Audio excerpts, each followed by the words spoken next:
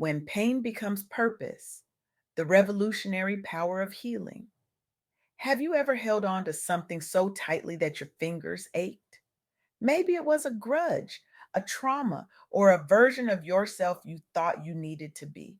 We grip these things with such force, convinced that holding on is what makes us strong. But what if the true power lies in letting go? I recently had the profound privilege of interviewing Tanisha Taylor, a visionary whose work in healing and transformation has created ripples of change throughout Black professional communities. Her insights have literally transformed thousands of lives, guiding people from places of deep pain into profound purpose.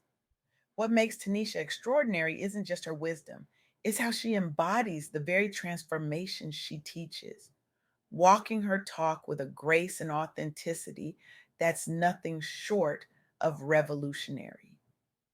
What struck me most about my conversation with Tanisha was her unwavering belief that healing isn't just a personal journey, it's a revolutionary act with the power to transform communities, especially for Black women who've spent decades in survival mode.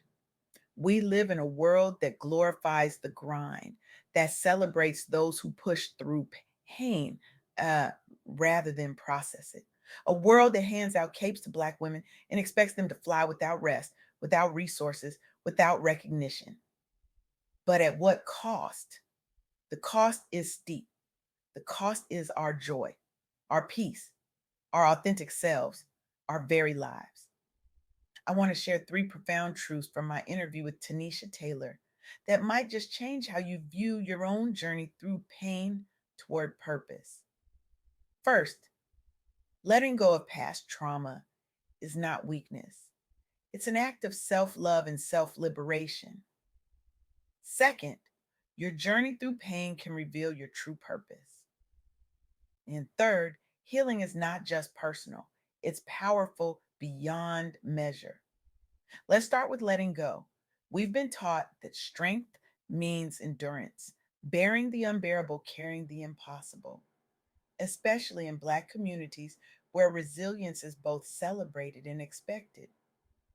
But what if true strength lies in release? Consider the story of Tanisha A. Yorick, known professionally as the Natty Empress.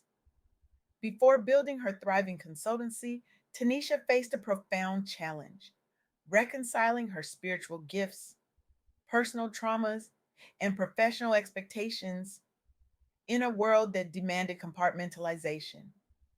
For years, she tried to separate these parts of herself, the spiritual from the professional, the wounded from the wise.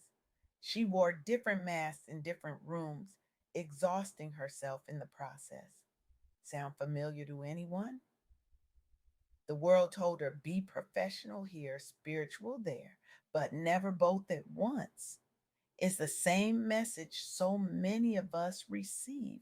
Fragment yourself for our comfort. Be palatable, be digestible, be less than your whole magnificent self. But transformation came when she stopped trying to hide her wounds and instead integrated them into her work. She embraced her whole self, pain, power, and all. Through healing and self acceptance, she transformed her trauma into a platform for empowerment. Today, Tanisha doesn't just help clients build businesses, she helps them build themselves. She's become what she calls a strategist of the soul, showing others that healing isn't just some fluffy self care concept, it's a strategic asset that fuels both personal and entrepreneurial growth.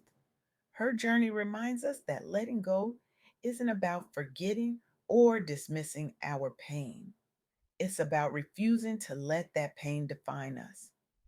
It's about saying, this happened to me, but it is not me.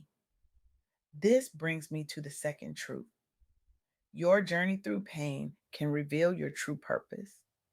There's a beautiful paradox in healing. The very experiences that break us often become the foundation upon which we build our most meaningful work. The wisdom we gain through overcoming becomes the light we share with others, still finding their way through darkness.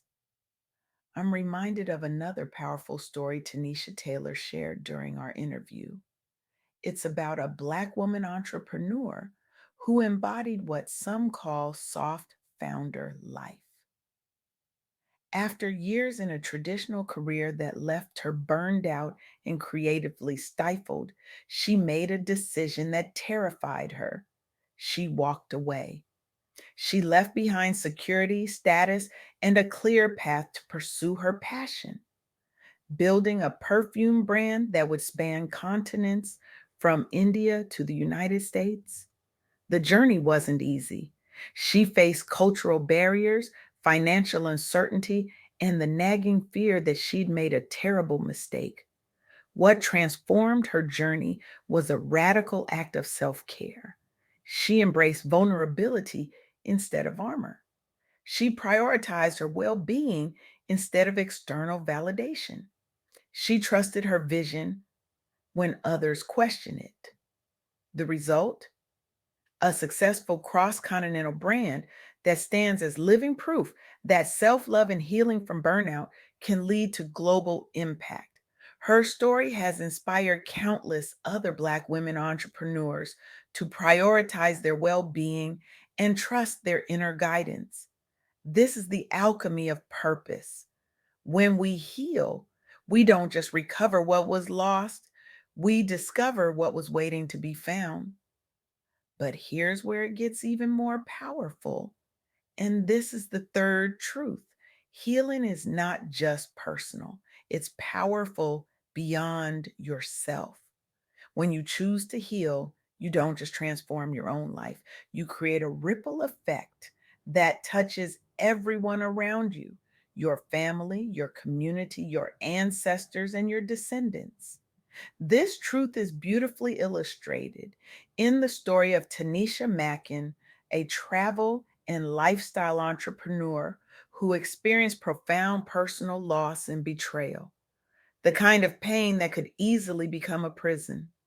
But instead of allowing her trauma to define her, she channeled it into creating spaces where others could find healing.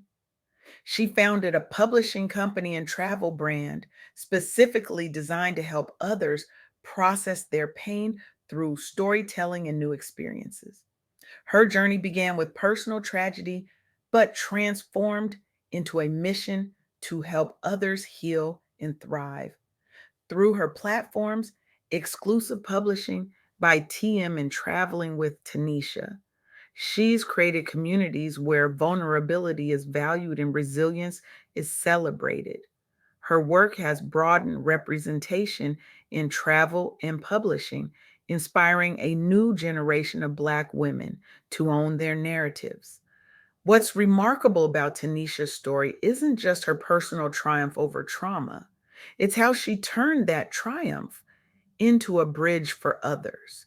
She understood that healing isn't complete until it's shared.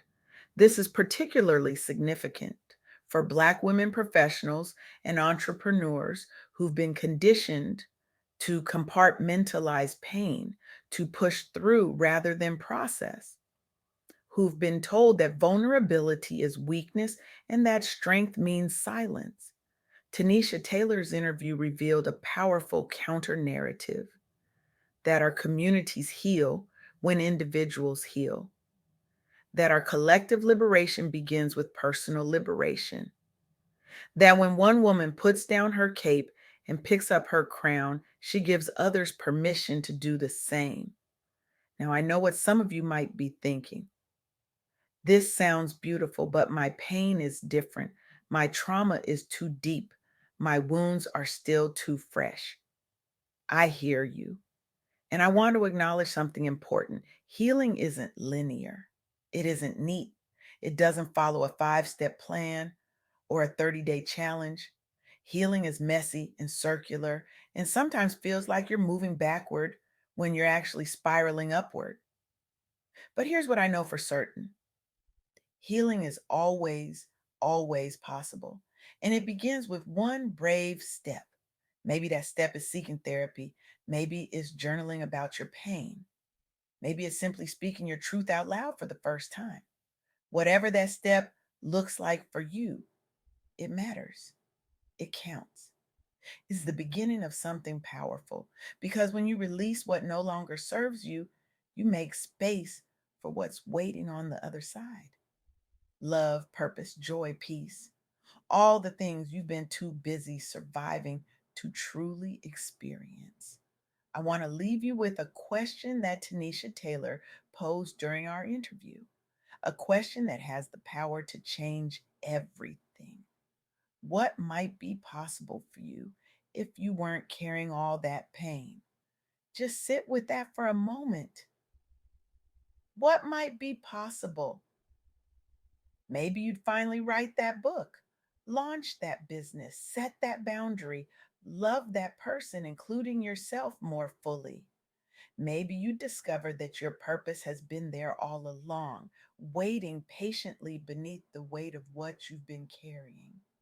The journey from pain to purpose isn't about erasing your scars, it's about honoring them as evidence of your strength while refusing to let them determine your future.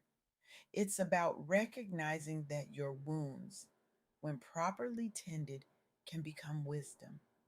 Your struggles, when properly processed, can become service. Your pain, when properly honored, can become purpose. So I challenge you today, stop waiting for permission to heal. Stop believing the lie that your pain makes you special.